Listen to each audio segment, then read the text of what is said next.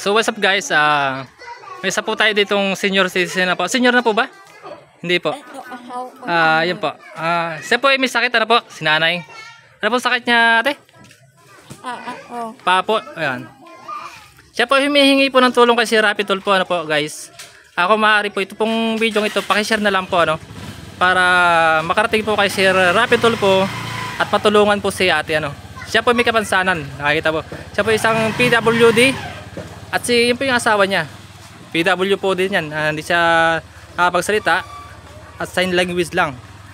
Yun po ang kanyang karamdaman. Ano pong sakit niya? Yung sugat. Yan po. Ang pansugat niya no. Guys, paki-share po yung video ito ano. Sa mga viewers ko dyan, sa mga followers ko.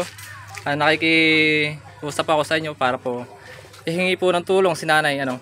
Hindi po para sa akin, para kay nanay po ano. Yan po. Kawa po naman, makikita po ang sitwasyon niya, ang kalagayan niya. Siya po ay walang anak. Dito po yung sa bayan ng Louisiana, no? Ito po yung matagal ko na pang gustong tulungan. Kaso lang tagang wala po rin ako maibigay kasi ako po may simpleng pamumuhay lamang din. Kaya binidyo ko po ito para sakali pong ma-share nyo at mapanood po ni Sir Rapitol po. Baka po sakaling siya mapansin at patulungan ano po. Dito lang po yan sa bayan po ng Louisiana, no? Nakatira po yung San Isidro. Yan po. Barangay San Isidro po. Please, nakikisuyo po ako sa inyo, sa mga viewers po, sa lahat po makakapanood nito.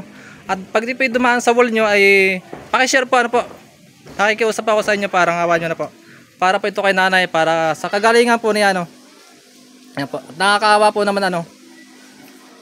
Para pong makarating po lang kay si Rapitol po. Humihingi pa ako tulong sa inyo ano. Mga guys, kayo po. Salita po kayo para po kay si Rapitol, ano po masasabi at paalong mahihiling nyo kay Senador Rapitol po? Sana po hindi ako nagtulong sa pambili ng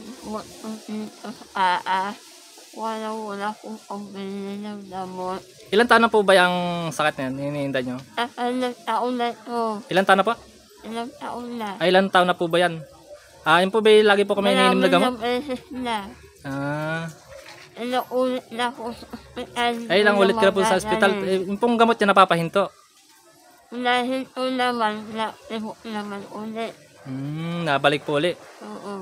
Yan po ba bawal po mga kumain ng mga bawal diyan? Manok. Manok? Ay, isda. Mga bawal po sa mga lalangsa po. Ano po?